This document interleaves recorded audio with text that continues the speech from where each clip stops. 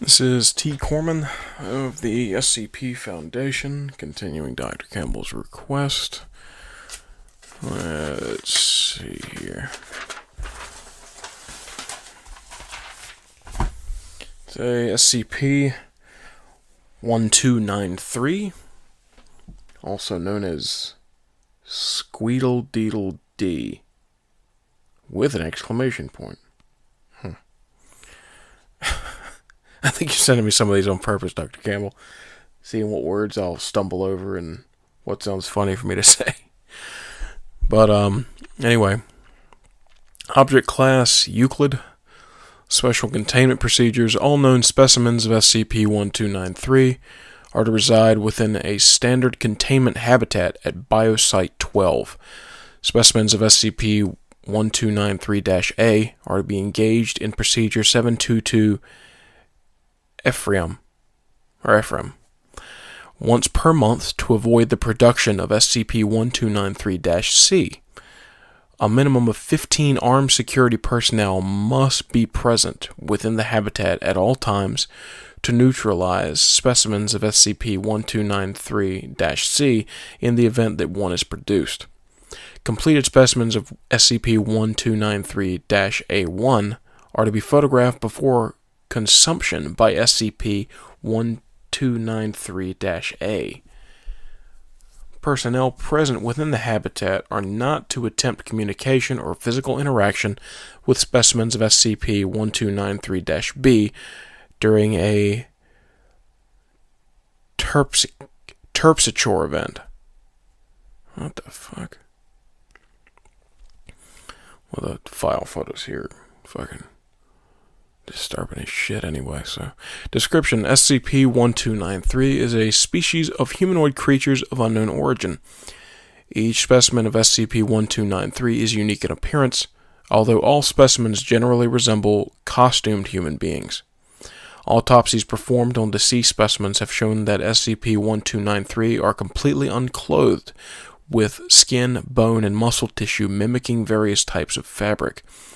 SCP-1293 possesses biological components resembling a human circulatory system, except the system carries and distributes multicolored balls of sugar instead of blood.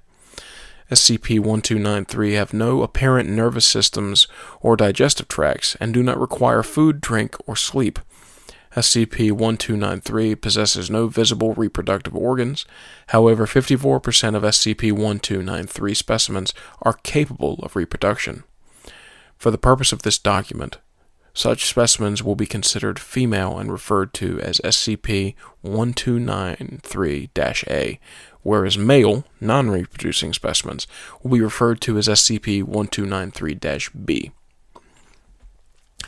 SCP-1293-A vocally communicate in American English, speaking with masculine voices in a cheerful manner. Capable of reproduction, SCP-1293-A gestate their young for a period of roughly 9 months before giving birth to another specimen of SCP-1293. Newborn SCP-1293 emerge from their mothers fully matured in size and intelligence. SCP-1293-A deliver their young via their mouths, which anomalously elongate to accommodate the child's size. Because newborn SCP-1293 are roughly the same size as their parents, it is presumed that gestation takes place inside an extra-dimensional space within SCP-1293-A. If SCP-1293-A are not impregnated via Procedure 722 Ephraim, they will produce SCP-1293-C once per month until Procedure 722 Ephraim is executed. I got a fuck ton of jargon in this one. SCP-1293-B are genetically lethargic in nature and highly reclusive, avoiding contact with human beings and other specimens of SCP-1293. Unlike SCP-1293-A, SCP-1293-B have shown no capacity for speech. Every 45 days, SCP-1293-B will congregate, and a terpsichore event will take place. And there's an addendum that describes that a little bit further on. Due to the precisely coordinated nature of the terpsichore events, it is assumed that SCP-1293-B are capable of communicating telepathically. SCP-1293-C are malevolent entities produced by SCP-1293-A if not impregnated via Procedure 722 Ephraim. SCP-1293-C differ from other specimens of SCP-1293 in that they generally possess large teeth, multiple arms, prehensile tongues, and elongated talons. SCP-1293-C are openly hostile towards human beings and will attempt to mutilate any individual they encounter. Procedure 722 Ephraim is the process in which SCP-1293-A are impregnated. To begin the procedure, a child, aged 4 to 12 years old and belonging to an on-site personnel member, is to be introduced to the specimen of SCP-1293-A that is in heat. If SCP-1293-A decides that the child is suitable, it will regurgitate a sheet of paper, known as SCP-1293-A1, and a thin metal tin of Crayola brand crayons, SCP-1293-A2. Using his or her imagination, the child must then draw a picture of a humanoid creature. If an adult human attempts to influence the child's drawing process, whether it be during the procedure or beforehand, SCP-1293-A will announce that the child is unsuitable and a different child must be selected. If SCP-1293-A deems the completed SCP-1293-A1 acceptable, it will devour it, thereby impregnating SCP-1293-A. The resulting SCP-1293 specimen will resemble the drawing on SCP-1293-A1. It looks like we got quite a few addendums on this one. Whew. That shit was a mouthful, Dr. Campbell. You're damn sure you're doing this on purpose. Addendum SCP-1293-1. The following is a table listing examples of recorded terpsichore events. Let's see. Date and event description. Date: April 17th, 1998. SCP-1293-B silently performed the choreography from the 1982 Broadway production Cats in its entirety. November 2nd, 1999. Splitting into 4 individual groups, SCP-1293-B performed all 4 acts of the Russian ballet La Bayadère simultaneously. Let's see. August 14th, 2004, SCP-1293-B laid face down in 3 separate rows and undulated their bodies in a wave-like motion on the ground for roughly 5 hours. May 9th, 2007, SCP-1293-B engaged in Filipino tinkling, substituting bamboo with other SCP-1293-B. There's a footnote for that. Let's see what the hell that is. Let's see. A traditional native dance that involves stepping between 2 pieces of bamboo that are continuously knocked together. Alright. Nothing if not cultured. January 22nd, 2009, SCP-1293-B performed the choreography from the music video Single Ladies, Put a Ring on It, for 39 seconds before quickly dispersing in different directions. Okay. Addendum SCP-1293-2.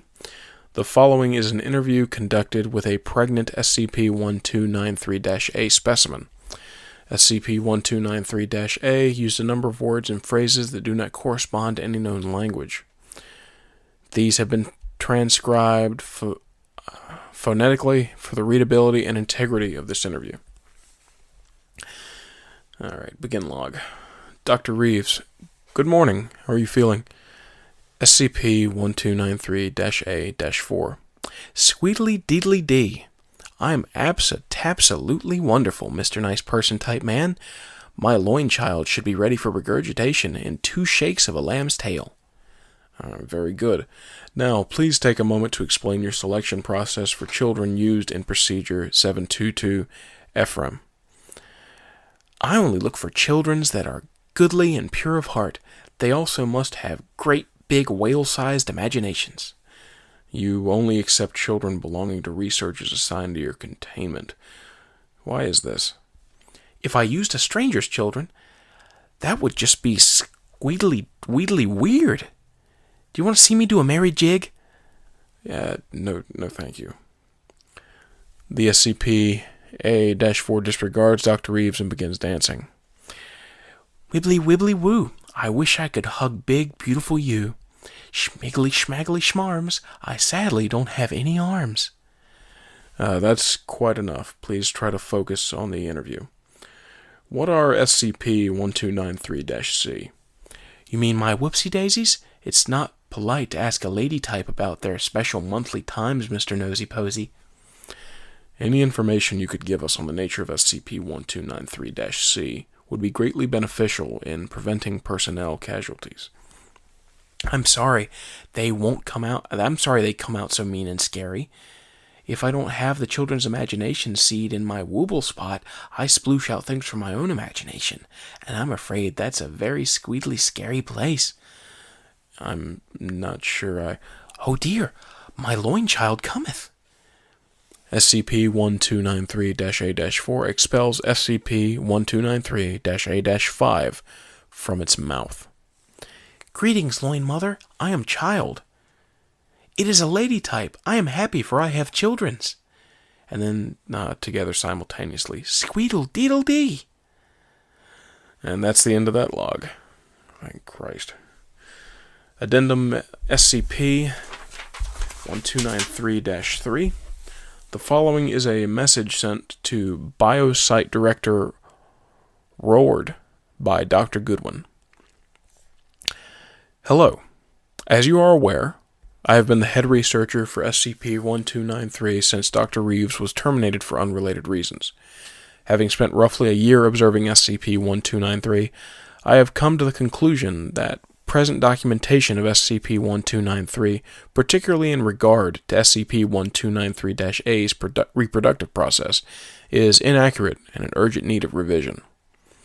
When I was first transferred to this project, I was surprised that Dr. Reeves had based much of SCP-1293's documentation on testimony by SCP-1293-A specimens. Feeling that it was not sufficient to go by SCP-1293-A's words alone, I put in place a number of new research guidelines, including the discrete video monitoring of SCP-1293 during the 24 hours following Procedure 722 FRM. The footage that we have since obtained has shown that specimens SCP-1293-A and SCP-1293-B do, in fact, mate, using a thin red tendril that connects from the male's mouth to the female's. Frankly, I am appalled that such a crucial aspect of SCP-1293 has not been previously documented. Now that we know SCP-1293 reproduced by mating, that leaves the question of what Procedure 722 FRM accomplishes, as well as the question of what SCP-1293-C are. I have a theory that I believe addresses both these issues. Contrary to current documentation, SCP-1293 do indeed feed, emphatically drawing sustenance from human emotion. SCP-1293-A feed on feelings of unease and perturbation, and SCP-1293-B feed on feelings of confusion and bewilderment. SCP-1293-B are easily capable of subsisting on the feelings expressed by research personnel during terpsichore events, but SCP-1293-A must employ more elaborate methods of feeding. In addition to unsettling the children, SCP-1293-A forces us to use our own kids as a ploy to provoke an emotional reaction from jaded Foundation personnel. If SCP-1293-A has gone without food for an extended length of time, it will release SCP-1293-C as an emergency defense mechanism.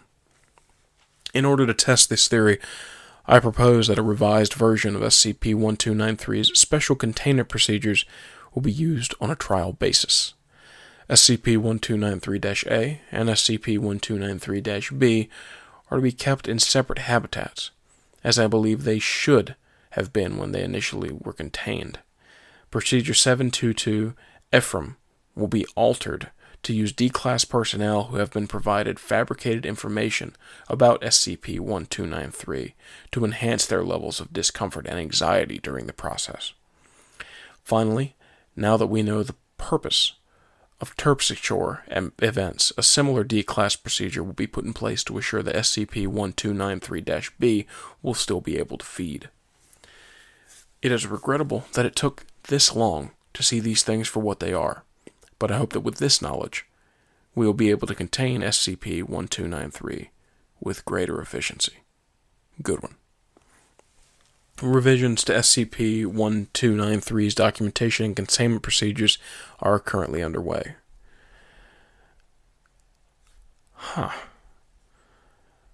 Alright. Holy shit, that was a son of a bitch weird one. Good lord. Okay. I am glad I'm not in that team. But that was SCP-1293.